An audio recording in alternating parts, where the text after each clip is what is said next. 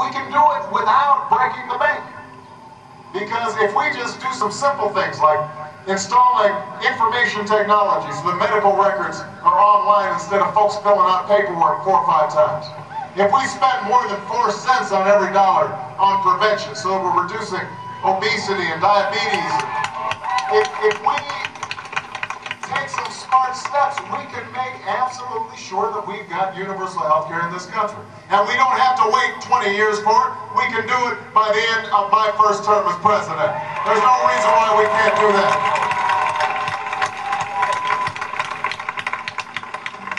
People want to turn the page on an education system that, despite the slogans, is leaving too many children behind.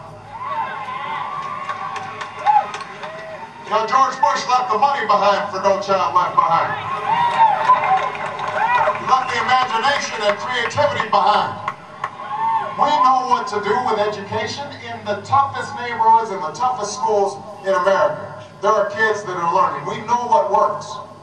If we provide early childhood education, every dollar we invest in early childhood education means $7 back in children's reduced dropout rates and reduced delinquency and increased graduation rates. There's no reason why we can't make those investments. There's no reason why we can't pay our teachers more and give them more flexibility in the classroom. And instead of just obsessing on standardized tests, we can give them the tools and the resources they need in order to achieve. They want their children to be held to high standards, but they know that it's going to require work.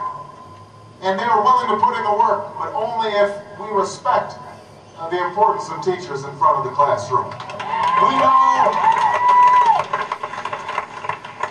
we've got an energy crisis in this country. We are sending $800 million a day to some of the most hostile nations on earth.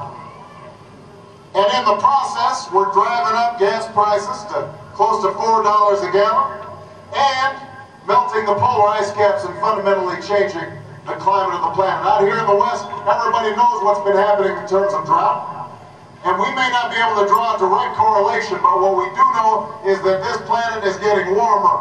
And those of us who understand and have observed what's going on recognize that nobody has more of a stake than the people of the West.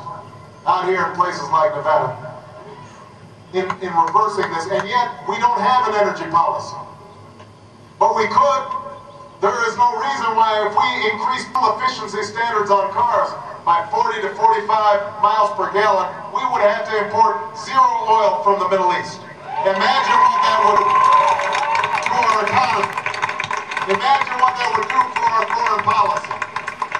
And if we combined it with a low carbon fuel standard so that we're putting alternative fuels into those cars, and if we cap greenhouse gases, we could create not only a better environment and a better foreign policy, but we could create an entire new generation of businesses devoted to green technologies that could generate jobs and economic development all across this country. We've done it before, we can do it again today.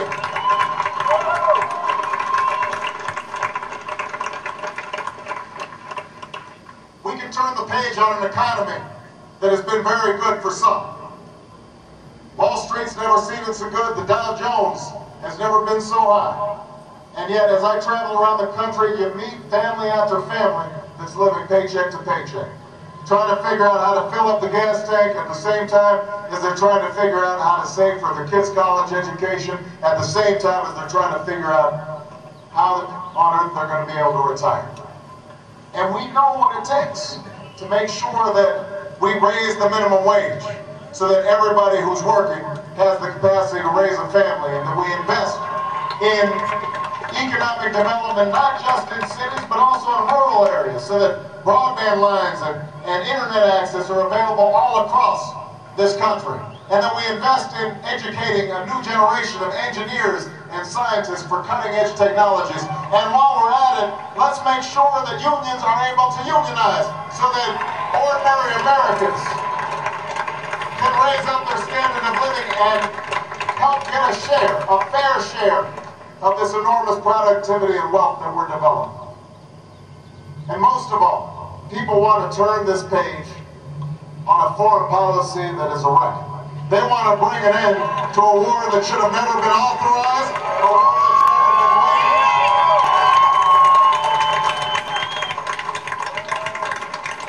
war that has now cost us $500 billion and over 3,400 lives.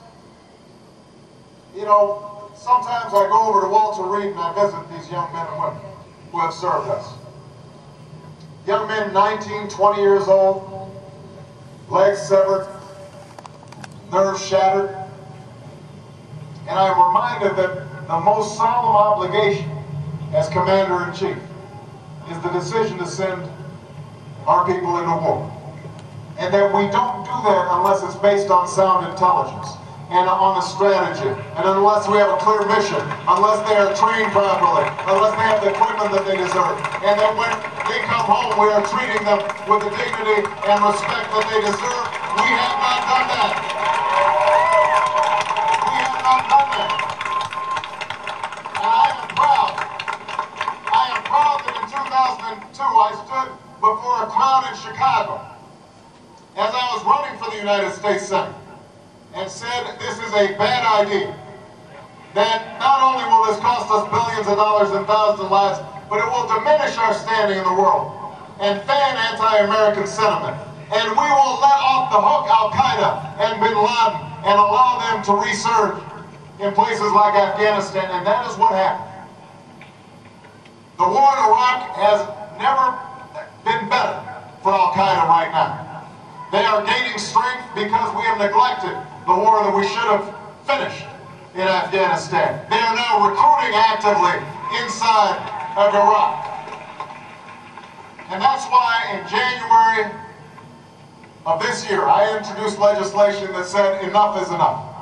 That we need to begin a phased redeployment out of Iraq, starting this past month, starting on May, and with the goal of getting all of our combat troops out by March 31st of next year.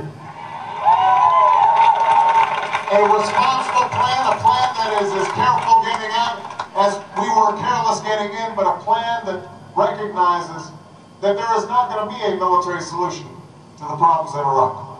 That the only way that will bring stability to the region is political accommodation. That's what the American people are ready for. A thoughtful, clear plan. And we had a majority that voted for a timetable for withdrawal, but George Bush vetoed it. George Bush vetoed it, and now yesterday he said that he thinks that Iraq is going to be like Korea, that we may be there for decades.